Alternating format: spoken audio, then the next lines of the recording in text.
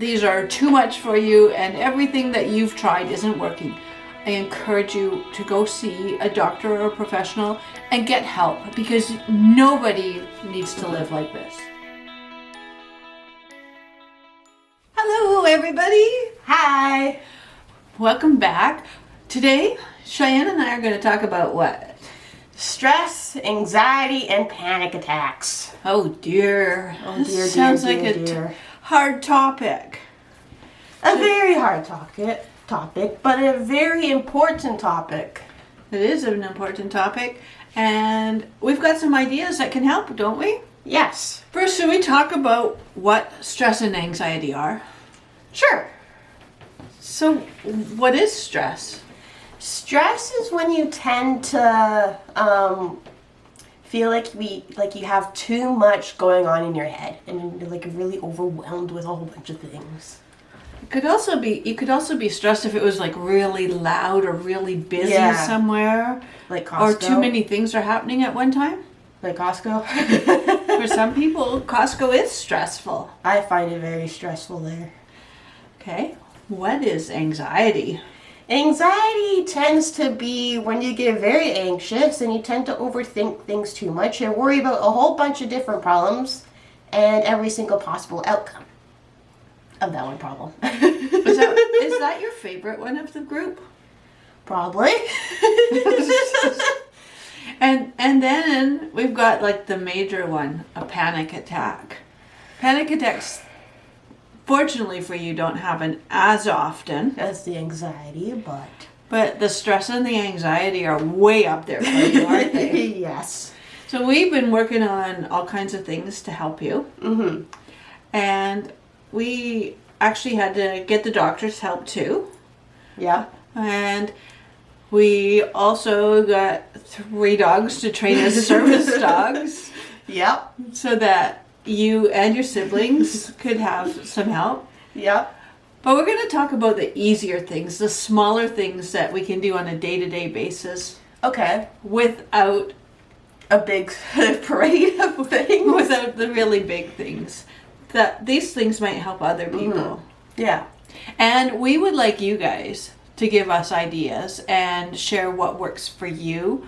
Because maybe what the things we come up with isn't something that you do, but you've got something that's working a bit better. So we would really like you to share your thoughts and ideas with us. First of all, I think we should do the number one thing, that everybody feels stressed sometimes, and that's okay. Yeah. It's when your stress or your anxiety becomes so much that you aren't able to function, anything. or you're feeling so overwhelmed and so You scared. just have a mental breakdown. But we could talk about how we can do that. Yeah. Should we talk about some of the signs and symptoms, some of the things that our bodies do for these things? Sure. Let's do this one first. Anxiety. Call me the master of anxiety. You think you're the master? Oh, probably. Okay, we have a bunch of things. Avoiding certain situations out of fear. Yep. I know there's sometimes I don't want to do things out of fear. I think that there's situations that everybody doesn't want to do out of fear, Yeah. but it's when it controls us that it's become a problem. Yeah. Okay? What about this one? Feeling nervous. Feeling nervous or worried or restless. That's me. You get that one? Yep. How about this one? Trouble concentrating or thinking clearly. Yep, that's another one. What about you guys? Do you have any of these ones? Let us know in the comments. How about this one? Feeling tired or low energy. Yeah. I know in certain situations that I start feeling really tired and low energy and when I'm really anxious about stuff, and then I just don't want to do things. Yep. How about this one? Muscle tension or feeling on edge. Yep. Like just having that feeling like, oh no, what's going to happen next? Yeah. Like or being really tight because you're like so anxious, and then Yeah. you just need like a really good massage. I actually find massages actually make me more tense. Do they? Yes. Well, some people feel like they need a massage, or they might be so tense that they get a headache from it or a backache. How about this one? Trouble sleeping? Yeah. Sometimes I think between having ADHD and having the anxiety, it could get really hard to sleep. Like a big event the next day, like you're going to like a track meet or something, and all you can do at night is stress, worry, and think about every single possible outcome, and not all those outcomes are good. And then when you actually do the event, all those things you've been stressing about, do they actually happen? No. No. Usually your brain can come up with more scenarios than what could ever possibly happen. Yep. Okay, what about this one? Stomach aches and nausea. I don't think I get that one. Well, that's good. What about a fast heartbeat, even when you're feeling calm? Does Possibly, your heart ever yeah. feel like it's going to pound out of your body? Yes. Okay, so we've done anxiety. Let's look at panic attacks. I think I've only had a couple panic attacks. You're really lucky. Because some people, they get panic attacks all the time. And that's really hard. Say it 3 times fast. No, I can't do that. Feeling disconnected from reality, or you're losing control. Feeling like you're losing control, that's not a nice feeling. No. Okay. What's this one? Chest pain or tightness can sometimes feel like you're having a heart attack. I know that there's been people that have gone to the hospital because they feel so bad and they honestly feel they're having a heart attack. Wow. Yeah. Okay. Next one. I get this one. You get this one? Yep. Shaking and trembling. Yep. This one is nausea or stomach pain, similar to our anxiety. Mm-hmm. A lot of these are a crossover. Yeah. Dizziness or feeling lightheaded. Sometimes, but no. I think you get this one sometimes. Sweating or chills. Yep. Yep. Yeah. How about this one? Fast pounding heartbeat.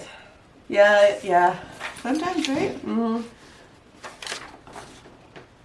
Trouble breathing and feeling like you're going to choke. I don't think I feel like I'm gonna choke, but I do start to breathe heavily. Yeah. On this one, sudden or intense fear or panic. Yep. That's a really common one. Yep. Should we talk about ways that we try to manage this?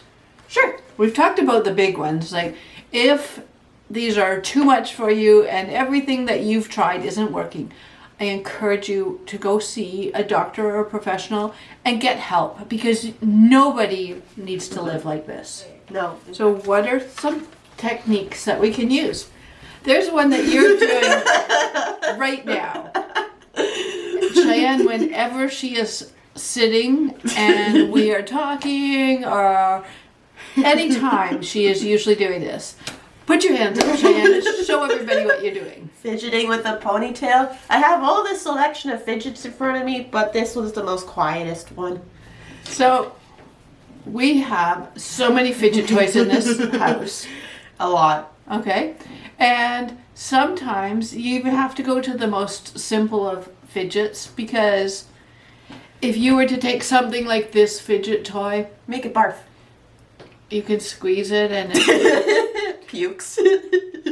or you can there's bumps coming out. But this is really large, and And it can be distracting to others. Like if you're like, I don't know, like sitting and watching a hockey game and you're doing that and there's like a little kid next to you, she's like, I want that, and it can be very annoying to the parent. And there's other ones that can be quite distracting, like some of these ones that make a lot of noise when you're doing them. Yeah, I have this lock puzzle that just took it apart. Some of these, although they're really great fidgets, they could be too loud. Yeah. So resorting to something like a Basic ponytail or like a plastic elastic. hairband, No, I'm thinking those bracelets that you can the get. snap bracelets. Yeah, and like those rubber ones that can like expand and. Yeah. So different things that you could put over your wrist or a ring on your finger that you could fidget with. Even a elastic watch. This is one of my all-time. When I'm going out and I have to look nice and I don't want to be packing around all my fidgets. This is one of my main fidgets. It's just a basic, nice looking watch, but it's elastic, so I can spin it, bend it, twist it, put it on, put it off. And it's not quite as noticeable, right? No, because it's an everyday item. Because you don't always want to be like, oh, she's the one with all the trouble with her anxiety and stress, and look, she came in with a suitcase of fidgets. So sometimes having some little ones that you can be discreet about is really helpful. Yeah, I even just use a basic watch as well. I don't always use this one. And there's other ones, like these ones, that make a lot of noise. This is noisy for its tiny size. I don't know that it's going to work right now. Let's see. It's like a Simon game where you have to do the noises, and as much as it's distracting for you, it's Yeah, see if that's really loud. For this little tiny thing, it's super loud. And then we have other ones like these that go on your keychain, which is helpful, but this one's quiet. But if you're sitting here, like, that could be a bit much. I have this one that I got from Mastermind Toy in one of our Mastermind Toy stores. So this one is a puzzle, and it can clip onto your purse or keychain, and it's super quiet, and I can just spin it in a whole bunch of different directions. And I don't know if you even noticed me playing with it when we were in line for shopping or anything. No, it's good on those kind of situations. But if you were having a conversation with somebody, No, you would probably like to snap your wrist. okay. So having fidget toys or anything that you can fidget with quietly when you're feeling anxious, it's very helpful. Very. Another way of helping with our stress is deep breathing. Yeah, not a really big fan of that one. I don't know why. Sometimes we need it if our breathing has gotten like we're breathing really rapidly and we have shortness of breath because we're breathing so quickly. Yeah. Just calming our breathing down enough so that we can relax is really helpful. Yeah. And one that I found that's helpful, so someone that if you're modeling to them to help them slow down their breathing and it's not working, maybe for a younger person, having some bubbles, like these little tiny bubble tubes. You can get these usually at a party supply store for going into little party gift bags. So they're very small and they're not going to flood the area if you spill them. And just blowing bubbles. Bubbles. Just that is the having to breathe a little bit deeper and exhaling, and that in itself can help people to calm down and relax a bit. And really, who doesn't love bubbles? People that don't like the smell of them. These ones I don't think they smell. There's no scent here. And it's very tiny. Keep it in your purse, keep it in your pocket. And even if you didn't want to blow the bubbles, you can just shake it. You could. Because it's almost like this one here, but instead it's a whole lot smaller and the bubbles do the exact same thing. So obviously, you're not going to be blowing bubbles when you're in the store Or watching a movie at a movie theater. But if you're needing to work on calming your breathing down, relaxing a little bit, maybe you go to a quiet place and blow bubbles. you and maybe whoever's supporting you through the anxiety can blow bubbles or model breathing. Another way is putting your hand out and tracing, like when you're breathing. You breathe in and out. And then in and then out. And we hold at the top, right? So the idea is counting like 4 seconds in And then 4 seconds out. Hold for 4 seconds. Oh, right. And then 4 seconds out. And by doing it on your hand with a touch, that's just another way of grounding you. So it's not just your breathing, you're also touching and helping to ground yourself so that you can do it a little bit better. Mm-hmm. So far we've gone through fidgets, we've gone through breathing. Those are 2 great ways to help when you're dealing with stress. And I just thought of another one. Would like almost getting like a big bear squeeze hug also be like a calming one for some people? For some people, if you like deep pressure, that could help. So that can kind of go in with this one. Finding a safe and quiet space or person to help you through it. Yeah. So you're overwhelmed, you're struggling, you either need to get out of that very busy situation or you need someone just to be there to help you through it. Either way, like maybe that person that's there to comfort you can give you the big hug to help you through it. Maybe you just need a quiet space. Maybe you and your person need a quiet space. Yeah. Recently, you had to go on the ice at a hockey game. Yes, for our provincial Special Olympics team. So they took everybody that made the team from your area. Yep. And you were on the ice at a hockey game. There was probably 30 of you on the ice. But to you, I bet it felt like every single person at that hockey game was staring at you. Yeah. And that was really hard.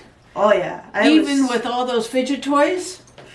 Like this exact same ponytail that I was using that night. That wasn't enough, was it? Nope, even though I had 2 superheroes on either side of me. and the superheroes weren't enough? So what did you have to do?